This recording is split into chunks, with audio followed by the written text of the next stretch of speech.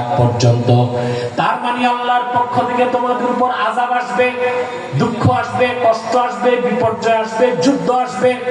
আল্লাহ স্পষ্ট করে দিলেন, যতক্ষণ পর্যন্ত পিতাদের থেকে, সন্তানদের থেকে, ভাইদের থেকে, স্ত্রীদের থেকে, প্রতিবেশীদের থেকে, ব্যবসা থেকে, বাড়িঘর থেকে, সহায় সম্পদ থেকে, অর্জিত মাল থেকে, এমনকি নিজের জীবনের চেয়েও বেশি যতক্ষণ পর্যন্ত মুমিনরা আল্লাহ তার রাসূলকে ভালো না বাসতে পারবে, ততক্ষণ পর্যন্ত আল্লাহ তাদেরকে মুসলমান মুমিন বলে স্বীকৃতি দিবেন না।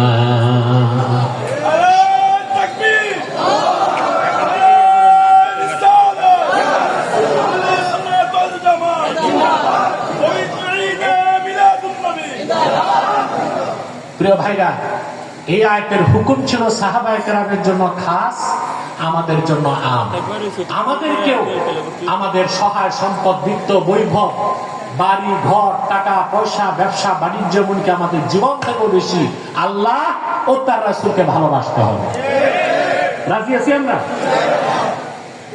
আমরা তো এই কথার 100% প্রমাণ দিতে পারলাম না। আমাদের অনেকের কাছে ইসলাম থেকে ইসলামের চেয়ে বেশি ভালোবাসে দলকে। কথা বলেন। কোরআনের কথা মানতে চায় না, সুন্নাহর কথা মানতে চায় না, নেতার কথায় উঠা বসা করে। দলের জন্য, নেতার জন্য, বিত্ত বৈভব, টাকা পয়সার জন্য জীবন উৎসর্গ করে দেয়। মুসলমান জীবন দিবে শুধুমাত্র আল্লাহ ও তার রাসূলের ভালোবাসা। আমার ভাইরা, সাহাবায়ে কেরাম রিদওয়ানুল্লাহি তাআলা আলাইহিম আজমাইন এই কথার প্রমাণ দিয়েছেন। আমি একটা দৃষ্টান্ত দিচ্ছি আপনাদেরকে। আল্লাহ তার রাসূলের ভালোবাসায় সাহাবায়ে কেরাম সব ছাড়ছেন। বাবা মা ছাড়ছেন, ভাই বোন ছাড়ছেন, স্ত্রী ছাড়ছেন, আত্মীয় স্বজন ছাড়ছেন, বাড়ি ঘর ছাড়ছেন, জীবনও দিয়েছেন। আল্লাহর হাবিবের একজন জলিলুল কদর সাহাবী ছিলেন, তার নাম মুসআব ইবনে উমাইর। নামটা মনে থাকবে ভাই, মুসআব ইবনে উমাইর রাদিয়াল্লাহু তাআলা আনহু। সাহাবায়ে কেরামের নামগুলো মুখস্থ করবেন, বরকত হিসেবে সন্তানদের নাম রাখতে পারবেন।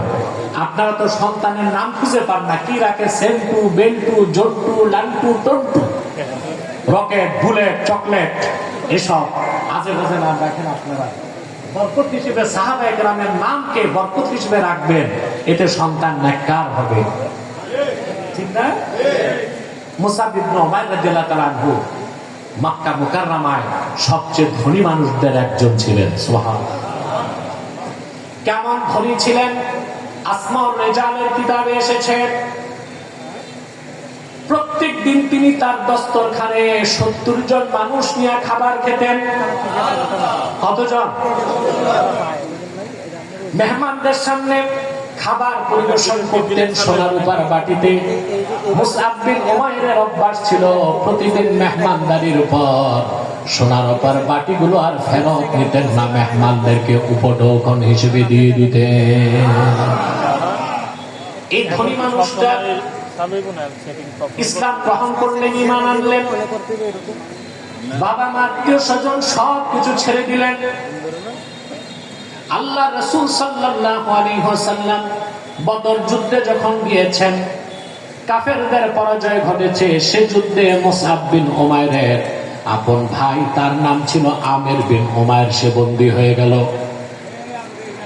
আমির বিন উমাইর সাহাবায়ে কেরামের কানে এসে বলল, সাহাবীগণ, আমি আল্লাহর রাসূলের বিশিষ্ট সাহাবী মুসআব বিন উমাইরের আপন ভাই। এটা শুনে সাহাবায়ে কেরাম তার হাতের বাঁধন ঢিলা করে দিয়েছেন। সকালবেলা মুসআব বিন উমাইর যখন শুনলেন, মুসআব বিন উমাইরকে সাহাবায়ে কেরাম বললেন, সাহাবী মুসআব বিন উমাইর, যখন শুনেছি আমির বিন উমাইর তোমার আপন ভাই, তোমার খাতিরে তার হাত পায়ের বাঁধন ঢিলা করে দিয়েছি। হযরতে মুসআব বিন উমাইর জবাব দিয়েছেন, আল্লাহর হাবিবের মহান সাহাবীগণ, কাবার মালিক আল্লাহর কসম করে বলছি, রাসূলুল্লাহর বিরুদ্ধে যে অস্ত্র ধারণ করেছে বদর প্রান্তরে, ওই রকম কুলাঙ্গার আমার ভাই হতে পারে না।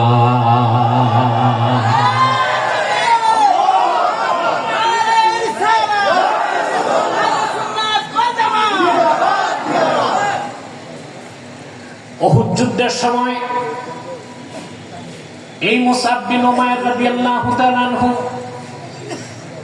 আল্লাহর হাবিবের সামনে দাঁড়ায় উহুদ যুদ্ধের ঘটনা আপনারা জানেন।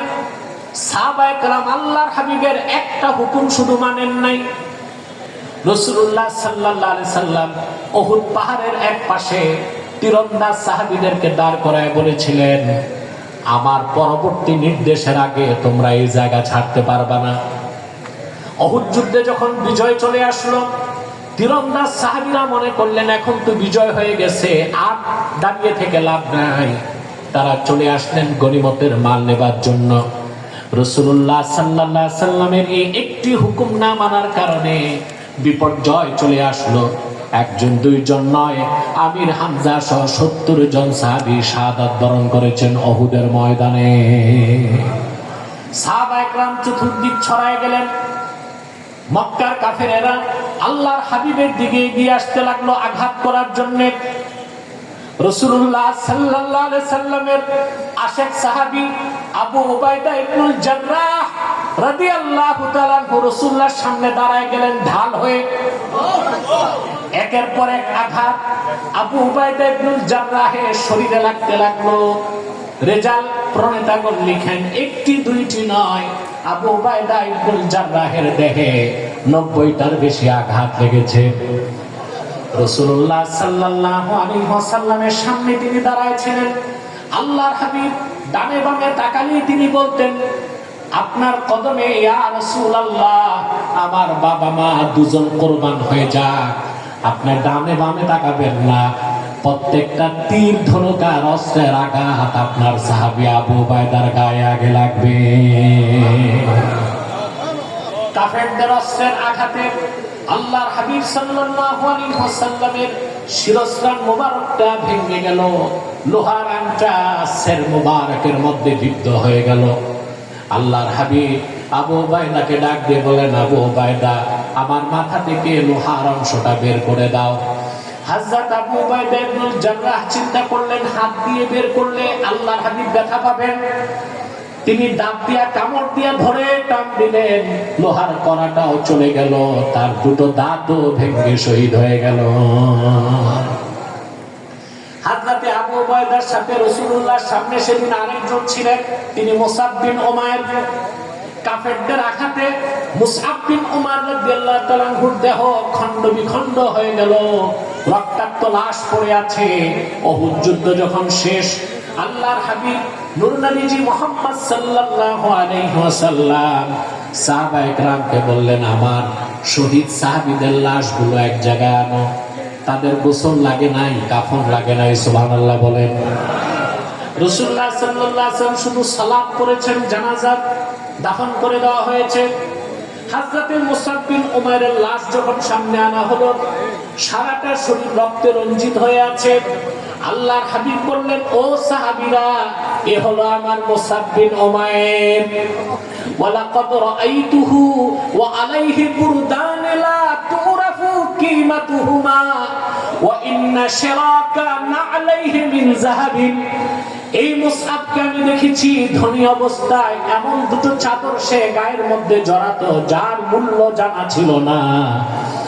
আর আমার মুসআব যে জুতাটা পায়ে দিয়ে হাঁটতো, সেই জুতার ফিতা ছিল খাঁটি সোনার তৈরি।